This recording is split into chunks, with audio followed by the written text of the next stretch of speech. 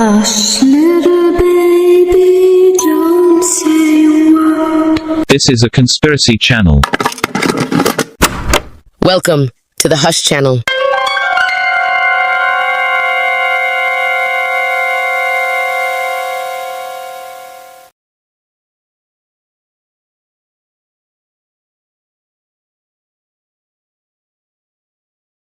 Located in the heart of the Ozarks and the foothills of the Boston Mountains is Carroll County, Arkansas.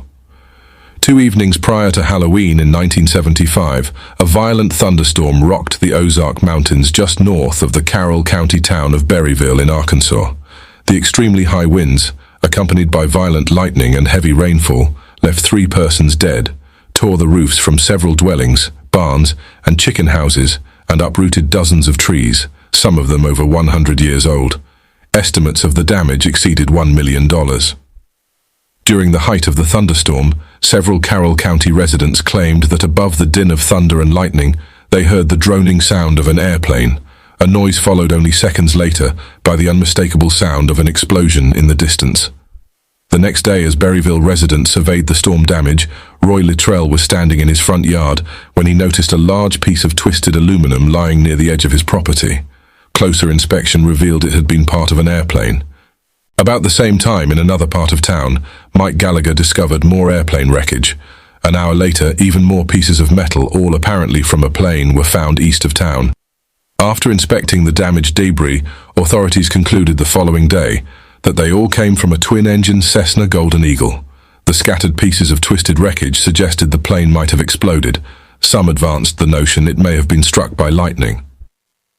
The next morning, an air search for what remained of the plane was launched. Around sundown, a search plane spotted the wreckage of the Cessna in the rocky and rugged limestone bluffs near the Kings River, about 5 miles south of town and close to a location known locally as Trigger Gap. By the time the ground search party arrived at the site, it was dark. Using flashlights and torches, they continued to work throughout the night, investigating the damaged aircraft. At the outset, all involved agreed it was one of the strangest airplane crashes anyone had ever seen. Hundreds of pieces of the twisted metal from the craft, small and large, were found scattered across a 20-mile wide area, but the fuselage was completely intact. Both doors and the wings had been violently ripped off, but evidence suggested the body of the plane apparently dropped straight down out of the sky. There was virtually no damaged timber around the wreck, as normally occurs when a disabled craft glides to a forced landing. The investigation also revealed no evidence of an explosion or even a fire. Oddly, the plane's fire extinguisher, discovered about a quarter mile from the fuselage, had obviously been used, but for what purpose no one knows. The most gruesome discovery was from inside the airplane. 3 dead bodies, each of them carrying identification showing they were residents of Colorado.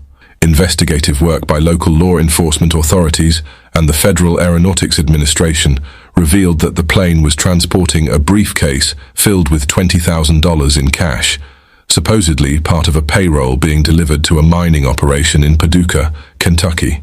No sign of the briefcase or money, however, was ever found. Curiously, rumors of a 4th passenger surfaced during the investigation, but authorities studying the accident refused to provide any pertinent information. The mysterious plane crash of 1975 has perplexed Carroll County residents for years. The Federal Aeronautics Administration that monitored the investigation never offered an explanation relative to the strange manner in which the plane had broken up, and no one has ever come forward with information pertaining to why the aircraft was so far off the established flight path between Denver and Paducah. Inquiries addressed to the investigating officials were met with stony silences. When word of the missing $20,000 was leaked, a number of area residents hiked into the Trigger Gap area in search of it. Additionally, professional and amateur treasure hunters from as far away as California arrived in the area and conducted searches for the money, but to date it has never been found. What was encountered at the wreck site, however, was a ghost. During the next several years, many of the treasure hunters who braved the rugged and rocky Ozark mountain country, along with the dense population of poisonous snakes in the woods south of Berryville, have reported seeing a ghostly form moving around in the area of the crash site. The ghost appears to be searching for something, and most of those who are familiar with the facts concerning the airplane crash believe it is looking for the lost money.